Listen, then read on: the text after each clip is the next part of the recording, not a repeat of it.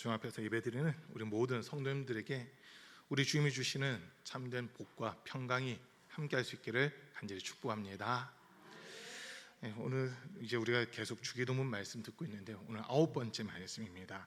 시험에 들지 않게 하시고라고 하는 제목을 가지고 잠깐 동안 말씀 나누며 또 함께 은혜 받는 시간을 가지려고 합니다.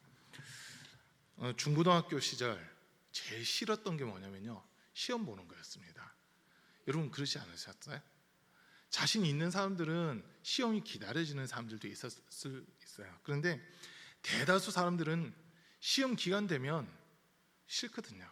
일단 시험 보는 것 그 자체가 상당히 싫습니다. 그렇지 않나요, 여러분? 저만 싫어했던 것 같아요. 다들 공부를 잘하셔가지고 시험이 기다려지신 것 같은데, 이게 시험이라고 하는 부분이 한쪽으로는 내 수준이 어느 정도 되는지를 정확하게 볼 수 있는, 그런 진단할 수 있는 방법이 되기도 하지만, 이 시험 때문에 스트레스를 받고 포기하는 이런 사람들도 종종 생기더라는 거거든요. 우리가 성경에서 말하는 시험 이렇게 했을 때 영어로 표현할 수 있는 단어들이 한 두 가지 정도 있더라고요. 하나는 테스트라고 하는 시험이 있고요, 또 하나는 템테이션이라고 하는 시험이 있습니다. 그 첫 번째 시험, 테스트는 말 그대로 평가를 하는 거예요. 내 수준이 어느 정도 됐는지를 평가하는 건데, 이 시험의 목적은요, 그 다음 단계로 나가기 위해서 하는 겁니다. 그러니까 중고등학교 시절에 보면 기말고사라고 하는 시험이 항상 있잖아요. 중간고사가 있고 기말고사 시험이 있는데, 그 시험은 뭐냐면 지금까지 배운 거를 학생들이 잘 이해를 하고 있는지 평가를 하면서 그 다음 과정을 할 수 있는 수준이 돼 있는지 그거를 평가하는 거, 그걸 테스트라고 하는 시험으로 우리가 볼 수 있습니다. 이 시험은 말 그대로 세워주고 그 다음 단계로 나가고 발전할 수 있게끔 해주는 그러한 시험이 된다는 거예요. 자, 그런데 두 번째 시험이 좀 문제가 되는데, 템프테이션이라고 하는 이 단어는 소위 유혹, 미혹이라고 하는 단어도 이렇게 쓰이고 있습니다. 그 의미가 뭐냐면요, 앞에서 말한 테스트라고 하는 시험은 다음 단계로 넘어가기 위한 거, 한 단계 더 성장하기 위한 그런 시험이라면, 이 템프테이션이라고 하는 단어는 완전 반대 개념입니다. 넘어뜨리기 위한 시험이라는 거예요. 넘어뜨리고 걸려게끔 하는 그런 부분이다라는 거거든요. 그런데 테스트가 됐든 템프테이션이 됐든 어떤 것이 됐든지, 그것은 우리가 그것을 당하는 사람들 입장에서는요, 상당히 불쾌한 부분도 있고 기분이 안 좋은 부분들도 있습니다. 어저께 이제 아이들이 3남년의 성경 골든벨 이렇게 진행을 했잖아요. 신명기, 예레미야 애가, 그리고 사도행전, 베드로 전후서 이 6권을 가지고 아이들이 골든벨을 진행을 했습니다. 이제 예배 시간에 어떻게 앉다 보니까 제가 용준이랑 같이 이렇게 앉았거든요.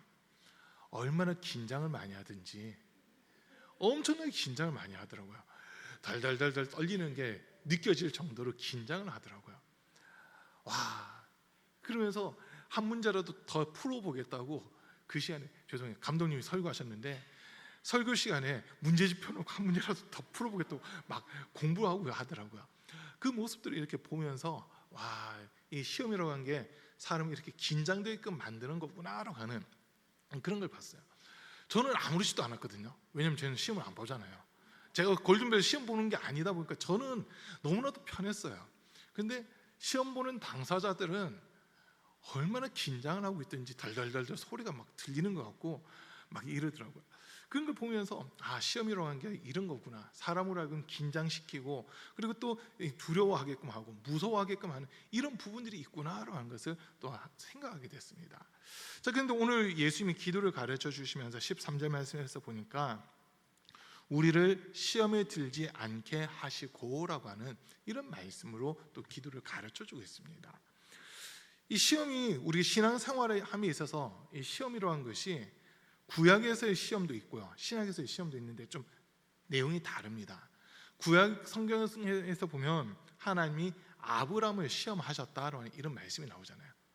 여러분, 하나님이 아브라함 시험한 거 아세요? 독자 이삭을 갖다가 번제로 바치라고 하셨, 그 장면이 시험한다고 하는 그 표현이 정확하게 기록되어 있습니다. 근데 그 시험은 아까 처음에 제가 말씀드렸던 두 개의 시험 중에서는 테스트라고 하는 시험이었습니다. 아브라함이 정말 하나님을 사랑하는지 하나님이 그걸 알고 싶으셨다라고 한 거거든요. 100세에 아들을 낳았으니까 얼마나 이뻤겠어요. 주변에 이제 목사님들 얘기를 들어보면 자녀를 키울 때와 또 손주를 키울 때 느낌은 완전 다르다라고 그러더라고요. 제가 이렇게까지밖에 말씀 못 드린 이유는 저는 손주를 아직 못 봤어요.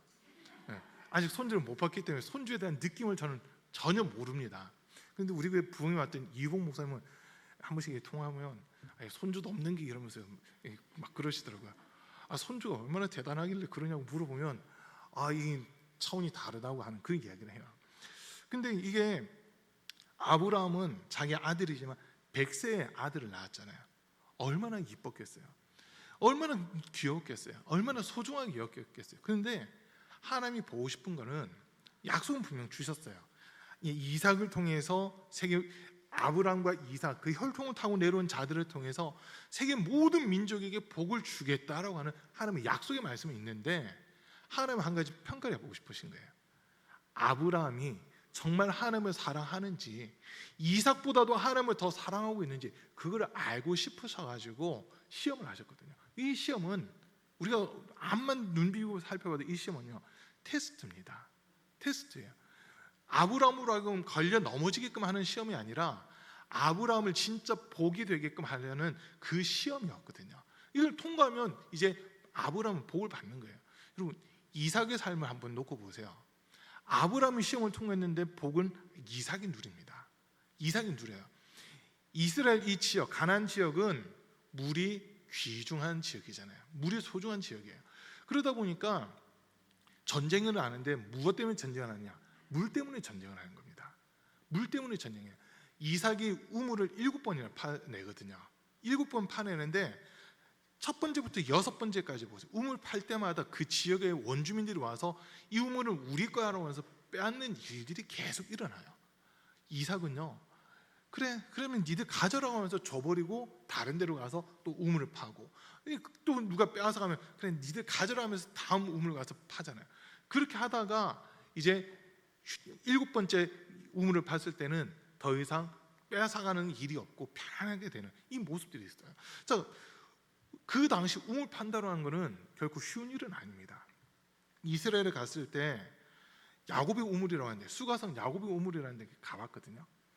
갔더니 건물이 엄청 큰 예배당 건물이 교회 건물이 하나 지어져 있어요. 그 지하 1층에 우물이 조그마한 우물이 하나 있더라고요. 그 우물이 예수님 시대 때 있었던 그 우물 그대로라는 거예요. 그 우물 그대로인데 그때 이제 2015년에 성지순례 갔었는데 여기서 힘 제일 센 사람 좀 오세요 이러더라고요. 그래서 제가 갔죠. 제 의지랑 상관없었어요.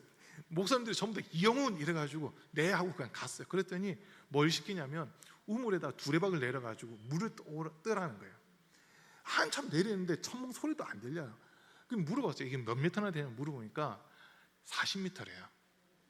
40m 쫙 내렸어요. 내리는 거는 그냥 두레박이 쭉 내려가니까 크게 힘들지 않았거든요. 이제 천둥 소리가 나고 그러니까 이제 다시 돌려서 끌어올리라는 거예요. 물이 들어가니까 이게 힘든 거예요. 처음에는 끽끽끽끽 막 했는데 나중 되니까 끽끽끽끽끽끽 하면서 있잖아요. 천천히 이게 돌려진 거예요. 무게 때문에. 와, 그 40m 되는 그거를 뜨는 것도 힘들었는데 야곱은 그 깊이가 40m 되는 우물을 팠다는 거잖아요. 그런 우물들을 파는 거예요. 그러니까 그 우물을 파고 또 그 다음에 흉년이 됐을 때 하나님이 가나안 땅을 떠나지 말라고 이삭에게 지시하시거든요. 그 말씀을 믿고 있었을 때 흉년에 이 이삭이 농사하는데 그의 100배나 거두는 그 복을 누리잖아요. 이거는 아브라함과 이삭을 하나님이 모리아에 있는 한 산으로 보내시면서 이삭을 번제로 바치라고 하신 그 테스트를 통과했기 때문에 하나님이 주신 그 복들이었다는 거거든요. 여러분 우물 파다가 실패하는 경우가 대다수입니다. 그런데 이삭은 7번 시도해서 7번을 다 성공한 이 기네스북에 올려야 되는 그런 기록을 가지고 있는 사람이 이삭이었거든요. 왜 이런 일이 있었을까? 테스트라는 시험을 통과했기 때문이었습니다. 자, 구약에서의 시험이라는 것은 하나님이 이스라엘 백성들을 사랑하신다는 그 증거를 보여주시면서 한 번 더 세워주려고 하는 이런 모습들이 많이 있었습니다. 자, 그런데 신약에 와서는 구약에 한 번도 등장하지 않은 존재가 신약에 등장을 하거든요. 영적인 존재가. 그래서 영적인 존재가 누구냐면 마귀라는 존재입니다. 우리 세번역에는 악마라고 표현되어 있는데, 악마는 사실 기독교적인 용어는 아닙니다. 악마는 불교에서도 쓰고 다른 종교에서도 쓰는 용어이기 때문에 우리 기독교에서는 사실 좀 맞는 단어는 아니에요. 마귀라는 단어가 오히려 맞는 단어인데, 그 마귀라는 단어가 구약 시대 때, 구약 성경 보세요. 한 번도 등장하지 않습니다. 혹시 성경 어플 가지고 단어 찾기 해서 마귀 찾아보세요. 구약에 많이 나와요. 어떤 것들이 나오냐면 까마귀, 사마귀 뭐 이건 나와요. 까마귀, 사마귀는 나오는데 영적인 존재인 마귀는 전혀 안 나옵니다. 신약에 와서 그 영적인 존재, 마귀라는 영적인 존재가 드러나거든요. 근데 몇 번 설명드렸습니다. 마귀가 하는 일이 있다고 그랬잖아요. 마귀라는 이름 자체를 헬라 원어로 이렇게 해서 보면 디아블로스라는 단어를 쓰고 있거든요. 디아블로스인데 그 단어 뜻이 둘 사이를 갈라지게 한다라고 하는 그런 의미입니다. 그러니까 이 마귀가 등장하면서부터 시험이라는 이 단어가 의미가 바뀌는 거예요. 구약에서의 시험은 테스트로만 해서 다음 단계로 넘어가는 거, 하나님의 약속을 성취하기 위한 하나의 과정으로서의 이 시험이었다면, 마귀라는 존재가 등장하면서 신약에서의 시험은요, 믿는 성도들을 넘어뜨리기 위한 이런 시험이 된다라고 하는 겁니다. 이거 인정되세요, 여러분? 마귀가 우리에게 다가오는 이유는 딱 하나예요. 우리를 믿음의 자리에서 떨어뜨리려고 하는 겁니다. 하나님과의 관계를 끊고 하나님과 점점 멀어지게끔 만드는 그 일을 하려고 마귀가 사람에게 찾아온다라고 하는 거거든요. 아마 우리가 신앙생활 하면서 이 자리에 계신 분들 그런 표현들 많이 들어보셨을 거예요. 나 시험 들었어. 그런 표현 여러분 들어보셨죠? 이 자리에 계신 분들은 들어본 게 아니라 해보신 것 같아요. 나 시험 들었어라고 얘기를 해보신 분들인 것 같아요. 여러분, 근데 그 의미를 한번 잘 살펴보셔야 돼요. 마귀가 주는 그 시험 들었다라고 하는 거는 단순히 그냥 내가 마음에 상처받았어 이 정도 수준이 아니라, 마귀가 주는 그 시험을 받았다, 시험에 들었다라고 하는 말은요, 내 믿음 전체가 송두리째 흔들리고 있는 그 모습을 나타내는 거거든요. 마귀가 그렇게 흔드는 이유는 딱 하나입니다. 우리를 하나님 사랑에서 떨어뜨리려고 하는 겁니다. 그래서 예수님이 기도를 가르쳐 주시면서도 시험에 들지 않도록, 시험에 빠지지 않도록 기도를 가르쳐 주시고 있거든요. 누가복음 22장에서 보면 예수님이 겟세마네 동산에서 기도하신 장면이 나옵니다. 마태복음, 마가복음에도 나오고, 그러니까 마태복음 26장, 마가복음 14장, 누가복음 22장에 예수님이 겟세마네라고 하는 곳에서 기도하는 장면들이 기록이 되어 있습니다. 그럼 겟세마네 뜻이 뭔지 혹시 아세요? 예, 감사합니다. 저한테 또 말할 기회를 주셨어요. 겟세마네라는 뜻은요, 기름 짜는 곳이라는 뜻이에요. 기름 짜는 곳. 그러니까 예수님이 기도하셨던 그 곳이 감람산이라고 한글에 돼 있잖아요. 지금 세 분이 아마 올리브산이라고 이렇게 표현이 다시 돼 있을 텐데, 올리브산에 있는 그 올리브들을 따다가 겟세마네라고 하는 이곳에 다 가져오면 여기서 이제 기름을 짜내는 거예요. 여러분이 잘 아는 올리브 기름이 이 겟세마네 동산에서 짜지는 겁니다. 그렇게 하는데 그곳에서 예수님 기도한 장면을 보면 누가복음만 조금 다르게 표현하고 있습니다. 마태복음과 마가복음은 똑같이 표현하고 있어요. 예수님 3번 기도하신 걸로 돼 있고, 그리고 한 번 제자들에게 시험에 빠지지 않도록 기도하라고 이 말씀을 주세요. 그런데 누가복음에서는 예수님이 기도한 것이 한 번으로 표현되고요. 한 번인데 그 한 번은 기도하실 때 얼마나 열정적으로 기도하셨는지, 이마에서 땀방울이 흐르는데 그 땀방울이 땅에 떨어질 때 핏방울과 같이 보였다라고 그렇게 표현하고요. 또 예수님이 기도하실 때 천사가 와서 예수님에게 힘을 더하더라라고 하는, 북돋았다라고 하는 이런 표현까지 누가복음에 기록되어 있습니다.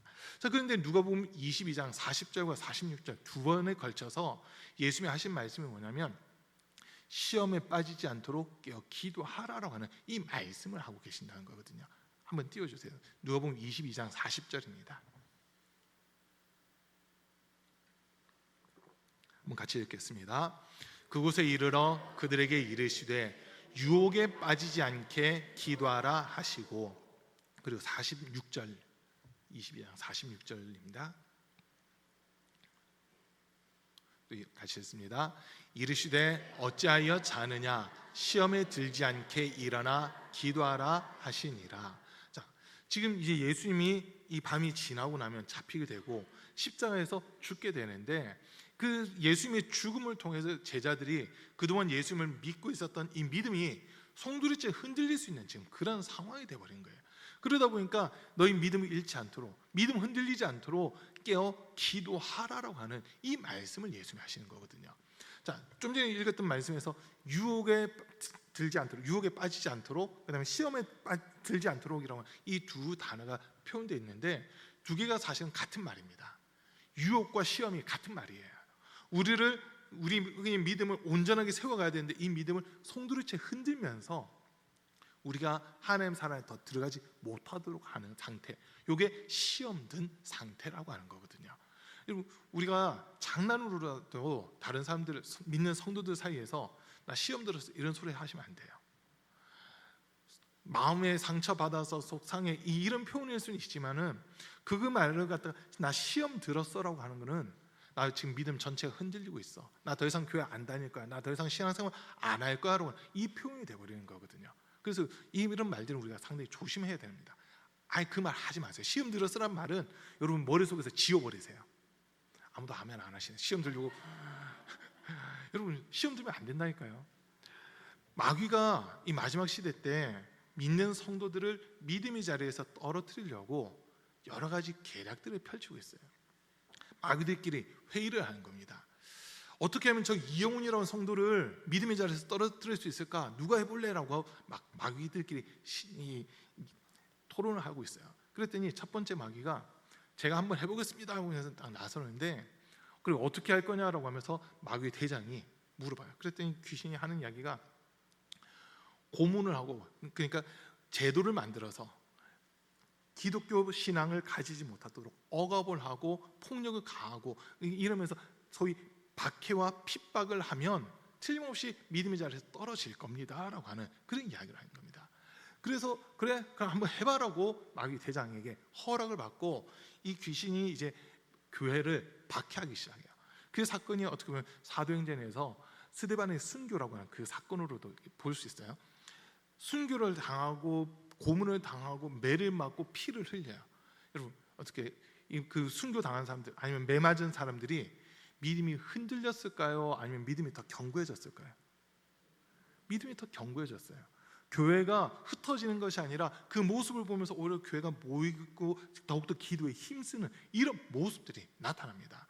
그래서 첫 번째 이 귀신의 작전은 실패를 해버렸어요. 실패를 해요. 자, 그러니까 두 번째 다른 귀신이 그럼 이번엔 제가 해보겠습니다라고 하면서 나서요. 그런데 어떻게 해보겠냐? 회유를 하겠다는 거예요. 강제적으로 하니까 안 되니까 회유를 하겠다는 거예요. 그러면서 우상에게 절하든지 아니면 한 달에 한 번 정도는 교회를 빠지게끔 그렇게 해서 그 정도는 괜찮잖아라고 이 마음을 주는 거예요. 이 정도는 괜찮잖아. 1년이면 여러분 주일이 몇 번인지 아세요? 52번이잖아요. 52번, 많으면 53번. 그만큼 주일인데 한 번 정도 빠지는 거 어때? 한두 번 빠지는 거 어때? 라고 하면서 회유를 하기 시작한 거예요. 그런데 그 회유가 처음엔 좀 먹혀 들어가요. 지난 2019년 이후에 코로나 발생했을 때 제일 한국 교회를 위협했던 게 이 스마트폰이었습니다. 교회들마다 이 예배당에 못 모이게끔 하니까 유튜브가 됐든지 밴드가 됐든지 아니면 카카오가 됐든지 SNS를 통해서 실시간으로 방송을 하면서 예배를 드리는 이 모습들이 어떻게 보면 지금 한국교회 자리를 잡아버렸거든요. 그러다 보니까 그때 성도님들이 뭐라고 하냐면 처음에 한 주, 두 주까지는 옷도 제대로 갖춰 입고 교회에서 예배 드리듯이 바른 자세로 앉아서 유튜브를 보면서 아멘하고 막 예배를 드렸대요. 교회 못 가는 그 서글픔과 함께 그래도 이 집에서라도 내가 예배를 제대로 드려보겠노라고 하면서 했는데 첫 주, 둘째 주까지는 잘 하더래요. 본인들 하는 얘기야. 근데 세 번째 주 되니까 흐트러지기 시작하더라는 거예요. 정장을 입고 있던 사람들이 정장을 다 벗어 제끼고 그냥 집에서 입는 편한 옷, 반바지에다가 뭐 이렇게 짧은 옷 입고 그냥 어떤 사람은 그냥 잠옷채로 눈 비비고 일어나서 이제서 유튜브 켜가지고 7시간 예배 드리긴다면서 그렇게 앉아있는 자기들의 모습을 보면서 깜짝 놀라더라는 거예요. 아, 이래서 안 되겠다 하고는 이분들이 다시 교회를 나오기 시작했어요. 제가 있던 데는 그래요. 다시 교회를 나오시더라고요. 그때도 이제 단속도 몇 번 이렇게 오긴 했었지만 인원 지켰어요. 손소독제 철저하게 하고 명부 다 작성하고 막 이러면서 앉는 자리도 한 칸에 한 명 정도만 앉게끔 막 띄엄띄엄 앉게끔 해가지고 제일 많이 예배를 드린 날 하루에 7번 예배를 드렸어요. 새벽 기도하고 주 1, 2, 3부 예배, 오전 예배를 1, 2, 3부로 나누고 그 다음에 교회학교 예배 드리고 오후 예배를 1부, 2부로 해가지고 7번 예배를 드렸거든요. 와, 체력이 말이 안 되더라고요. 그런데 어쨌든 성도님들이 집에서 해보려니까 처음엔 편한데 이건 예배가 아닌 것 같아요라고 하는 이런 마음을 가지면서 다시 교회로 오는 이 모습을 봤거든요. 회유라고 하는 것이 처음엔 편해요. 그럴싸한 것 같아요. 좋은 것 같아요. 그런데 이것도 결국은 실패를 해버리더라는 거예요. 사람들이 하나님의 말씀에 신명기 12장에서 보면 너희가 가나안 땅에 들어가거든, 내가 너희에게 주는 이 땅에 들어가거든, 내가 내 이름을 두기 위해 택한 곳 그곳으로 너희는 와서 예배를 드려야 된다라고 하는 이 말씀들을 주시잖아요. 그러다 보니까 그 말씀이 그대로 적용이 되면서 회유책도 사실은 실패하게 되는 그런 모습들이 나타나게 된 겁니다. 너무 열심히 하지 마. 하는데 너무 열심히 하지 말고 좀 천천히 해. 한 번 정도 빠지는 거 어때? 이런 회유책을 펼치는데 이것도 오래가지 못해서 실패를 하더라는 거예요. 그런데 세 번째 이제 다시 귀신들이 모였는데 대장 귀신이 묻는 거예요. 야, 도대체 이거 할 사람이 없냐? 이렇게까지 할 사람이 없냐라고 했을 때 세 번째 귀신 이제 제가 한번 해보겠습니다 하면서 나선 거예요. 압박을 해도 안 돼, 회유를 해도 안 돼. 그러니까 이제 세 번째 뭐냐면 하라는 거예요. 신앙생활 하라는 거예요. 대신 오늘 말고 다음에 하라고 미루는 방법을 펼치는 겁니다. 이거는 먹혔을까요? 안 먹혔을까요? 이건 먹혔어요. 기도 오늘 못했지만 내일은 기도하면 돼. 오늘 성경 못 읽었지만 내일 읽으면 돼라고 하면서 점점 미루기 시작하다 보니까 사람들이 교회는 와요. 그런데 은혜 받는 것이 아니라 다음에 은혜 받지, 내일 은혜 받지, 다음 주에 은혜 받지라고 하면서 은혜 받는 것조차 미루게 되는 이런 모습들이 나타나고 있다는 겁니다. 마지막 시대가 되면요, 히브리서에서 뭐라고 말씀하냐면 마지막 때가 되면 모이기를 패하는 어떤 사람들의 습관과 같이 하지 말고 우리는 그날이 가까움을 볼수록 더욱더 모이기에 힘쓰자라고 하는 이 말씀을 우리에게 주시거든요. 마귀는요 지금 우리를 시험하려고 합니다. 우리를 믿음의 자리에서 떨어뜨리려고 해요. 그런데 지금 이 자리에 나오신 저와 여러분들, 우리가 교회 나와 있고 예배 드리고 있잖아요. 우리가 이 상태에 안심하시면 안 됩니다. 요한계시록 3장에 보면, 요한계시록 2장에서 보면 소아시아 7교회 중에 첫 번째 나오는 교회가 에베소 교회거든요. 이 교회에 대해서는 칭찬도 있고 책망도 있습니다. 잘 보시면 그 교회는요 니골라당의 교훈을 싫어해서 그 이단의 가르침 이것과 맞서 싸우는 교회였어요. 끝까지 싸우려고 하는 의지를 가지고 있었던 교회가 이 에베소 교회입니다. 그런데 책망받는 게 있잖아요. 처음 사랑을 버렸다라고 하는 겁니다. 처음 사랑을 버렸다. 한번 같이 읽어봅니다. 그러나 너를 책망할 것이 있나니 너희 처음 사랑을 버렸느니라. 여러분, 이게 시험된 모습이에요. 사실은 지금 내가 교회 다니고 있고 뭔가 열심히 하고 있어요. 그러나 정작 내가 있어야 될 그 자리를 제대로 지키지 못하고 있다면 이거는 이미 시험된 모습입니다. 우리 사랑하는 성도님들, 우리가 지켜야 되는 자리들이 있어요. 제일 기본적인 자리가 예배 자리잖아요. 제일 기본적인 자리가 예배 자리, 그리고 기도하는 자리, 말씀 읽는 자리, 성경 읽고 말씀 읽는 자리, 또 전도하는 자리, 이 자리가 우리가 신앙을 지켜나가는 자리들이거든요. 그런데 어떠세요 여러분? 기도하시던 분들이 어느 순간 기도 자리에서 나도 모르게라기보다는 정당한 이유들이 있을 거예요. 너무 바빠서, 일들이 많아서, 약속들이 많아서, 이러다 보니까 기도 자리에서 점점 멀어져 가고 있는 이런 우리 성도님들 계시지 않습니까? 성경을 열심히 읽던 분들이 어느 순간 성경을 손에서 놓치고 있지는 않습니까? 예배 한 번도 안 빠지고 예배 드리던 분들이 이제 다른 약속들이 잡히고 하면서 예배보다도 그 약속을 먼저 하고 있는 이런 모습들은 없습니까? 이런 모습들이 지금 별거 아닌 것 같이 보이지만 그 하나하나가 나로 하여금 처음 사랑에서부터 멀어지게끔 하는 그런 모습들이 된다는 거거든요. 그런 모습들이 돼요. 여러분, 주일은 사실 말 그대로 주의 날이잖아요. 주님의 날이에요.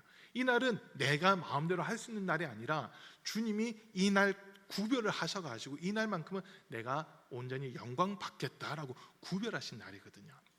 구별하신 날이에요. 그런데 보면 많은 분들이 이 주일날 사업을 해야 된대요.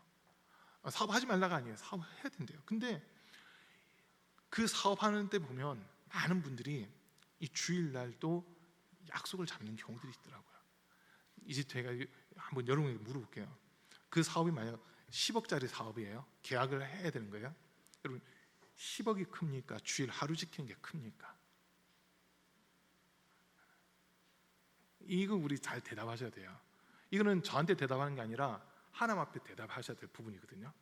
나는 너를 살리려고 내 독자 예수까지 아끼지 않고 줬는데 너는 그 10억 때문에 이 나를 버리느냐라고 말씀하실 수도 있습니다.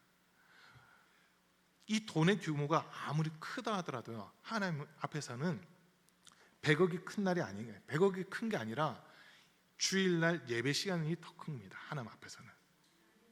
이해되세요 이거? 하나님 그 기준 가지고 우리 보실 거거든요. 나중에 보실 때 너 뭐가 그렇게 급해서 나는 너를 만나고 싶고 너에게 정말 복을 주고 싶어 하시는데 이 자리를 벗어나서 그 일들을 쫓아다녔느냐라고 보면 우리를 책망하실 수도 있습니다. 우리 주님 앞에 서는 날 사람끼리는 그럴 수 있지 하고 이해할 수 있어요. 그러나 하나님께서는 이 날을 거룩하게 구별하셨기 때문에 구원이 완성된 날이 주일이잖아요. 과거에 안식일은 하나님이 창조를 완성하신 날, 그래서 그냥 쉬어라라고 말씀하셨지만 이 주일은 예수 그리스도께서 죽으시고 부활하심으로써 사망 권세를 깨뜨렸고 구원을 완성하신 날입니다. 구원을 완성하신 날이에요. 그래서 이 날만큼은 하나님은 양보할 수 없다고 한 거거든요. 여러분, 10월 첫째 주일 지나선가 추석 명절이 있습니다. 이번 추석 명절 엄청 깁니다. 10월 1일부터 10월 9일까지가 추석 연휴가 되더라고요. 지금 이 추석 연휴가 길니까 제일 먼저 나오는 뉴스가 뭐냐면요, 해외 나가는 비행기가 벌써 매진됐다 막 이런 뉴스들이 나오고 있잖아요. 이번 주간에 어떤 분한테 얘기를 들었는데 이제 내일부터 이번 주 뭐 휴가를 가신 분이 있대요. 가족 4명이 가는데 4명이 제주도를 가는데 제주도까지 4사람의 왕복 티켓이 16만 원에 제주도 항공권이 끊어진대요. 그래서 그 얘기를 누군가 했더니 그 얘기를 듣는 분이 요즘 인터넷 뒤져보면요, 제주도 9,900원짜리도 나왔어요 이러시더라고요. 여러분, 제주도 가시려면 지금 시기에 가셔야 돼요. 추석 밑이라 지금이 완전 비수기래요. 추석 이때 되면 관광객들이 어마어마하게 많다는 거예요. 자, 근데 여러분 한번 물어볼게요. 추석은 1년에 한 번이잖아요. 1년에 한 번 있는 추석이 큰 겁니까? 52번이지만 그 주일이 큰 겁니까? 주일이 큰 거예요. 주일이 큰 거예요.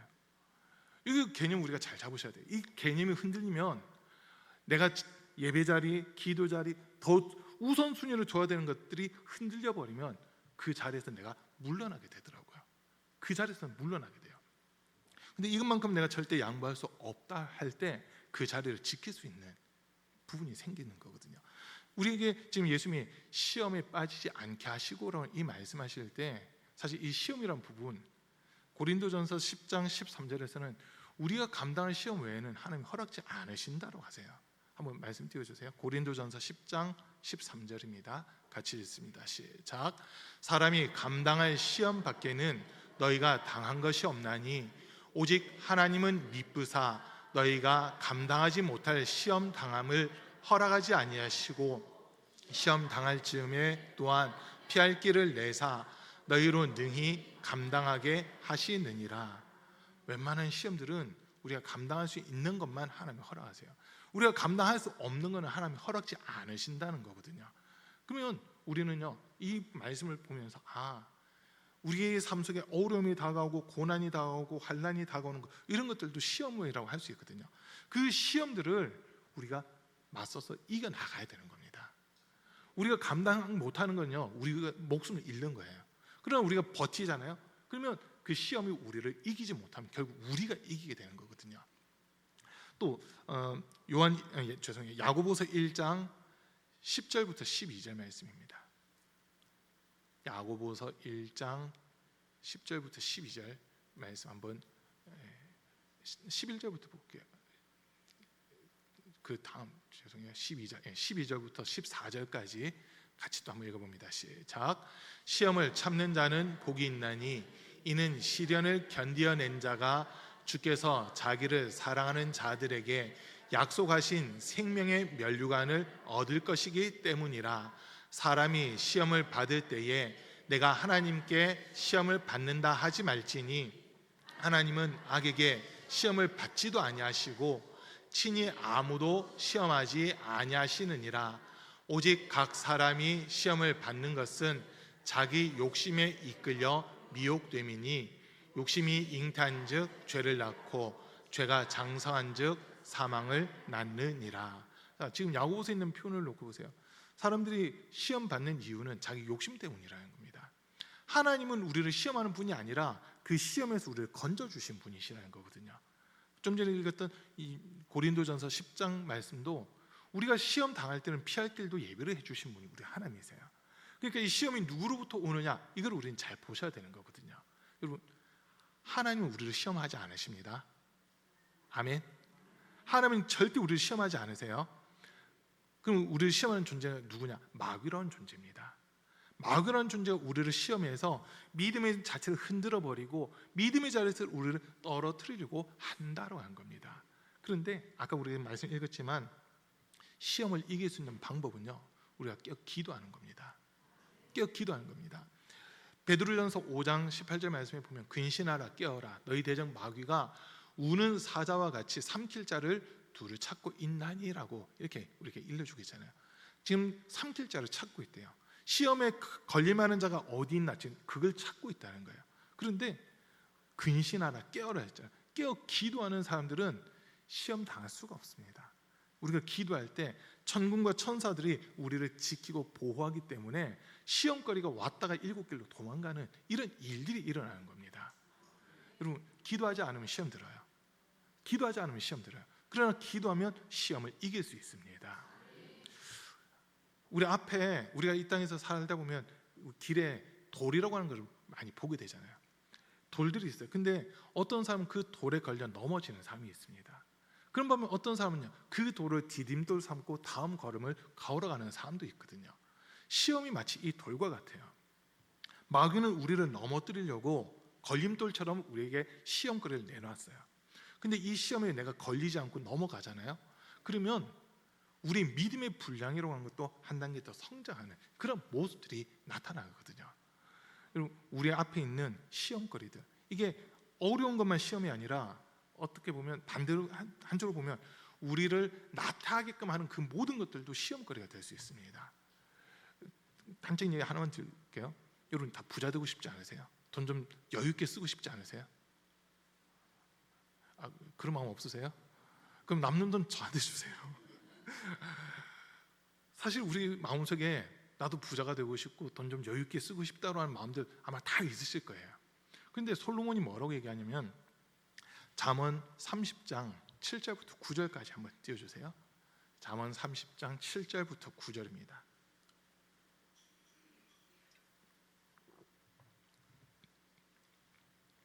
같이 한번 읽어봅니다. 시작. 내가 두 가지 일을 주께 구하였사오니 내가 죽기 전에 내게 거절하지 마시옵소서.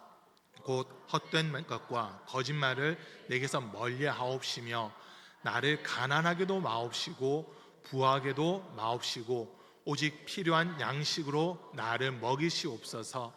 혹 내가 배불러서 하나님을 모른다 여호와가 누구냐 할까 하오며 혹 내가 가난하여 도둑질하고 내 하나님의 이름을 욕되게 할까 두려워함이니이다. 자, 지금 9절에 있는 말씀 보세요. 배불러서 하나님을 모른다. 이 모습 자체가 시험 든 모습이잖아요. 또 너무 가난해서 도둑질하면서 하나님의 이름을 욕되게 하는 거, 이것도 역시 시험 든 모습이라는 거거든요. 단순히 그냥 고난, 핍박, 박해 이것만 시험거리가 아니라 너무 부하게 되는 것도 시험이 될 수 있습니다. 우리가 감당할 수 있는 만큼만 물질이 있으면 되는데 감당하지 못할 만큼 물질이 많아져 버리면 그게 오히려 시험거리가 될 수도 있다고 하는 거거든요. 그래서 우리 사랑하는 성도님들, 시험을 이길 수 있는 힘은요, 아까 말씀드린 기도고요. 그리고 요한 1서 5장 10절에 있는 표현대로 하면 세상을 이기는 이김은 이것이니 우리의 믿음이다라고 했습니다. 기도, 말씀과 기도, 믿음 이것만이 시험을 이길 수 있는 유일한 무기가 된다고 하는 겁니다. 그래서 우리 사랑하는 성도님들 앞에 어떤 것이 됐든 어떤 형체가 됐든 우리를 믿음의 자리에서 떨어뜨리려고 하는 시험거리들이 왔을 때 여러분들은 잘 생각하셔야 돼요. 이게 내게 걸림돌이 될 건가, 디딤돌이 될 건가. 여기에 내가 걸려 넘어지면 내 믿음은 박살나는 거지만 이거를 딛고 내가 이겨나가면 내 믿음은 한 단계 더 성장하면서 하나님께서 더 많은 것들을 내게 맡겨주신다고 하는 거거든요. 우리 주님이 우리를 보실 때 이영훈 그리고 가운빛교회 성도 내가 믿을 수 있어. 이 사람들한테는 무엇을 맡겨도 절대 손해나지 않아라고 하나님이 인정하실 만한 그런 믿음을 가질 수 있는, 믿음을 가지는 우리 성도님들 다 되시기를 간절히 축복합니다.